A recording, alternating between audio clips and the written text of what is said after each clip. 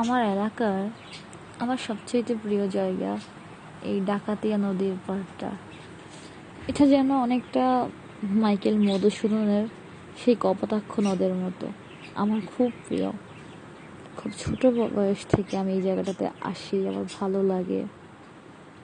And আমার খুব ইচ্ছে করে এখানে আমি খুব ছোট্ট একটা বাড়ি বানাতাম নিজের মতো করে, আর নদীর পাড়ে থেকে যেতাম। কি সুন্দর না? আকাশ, নদী, সবুজ প্রান্তর, বৃষ্টি। বর্ষাকালে এই নদীটার সৌন্দর্য অনেক বেশি হয়ে যায়, জায়গাটার সৌন্দর্য দ্বিগুণ হয়ে যায়। অন্য ঋতুতে এতটা সুন্দর লাগে না। ভালোবাসি।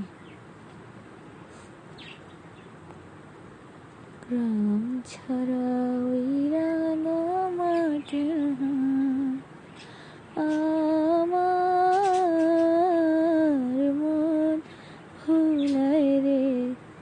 আসলেই মন ভোলা গানটা, নদীটা।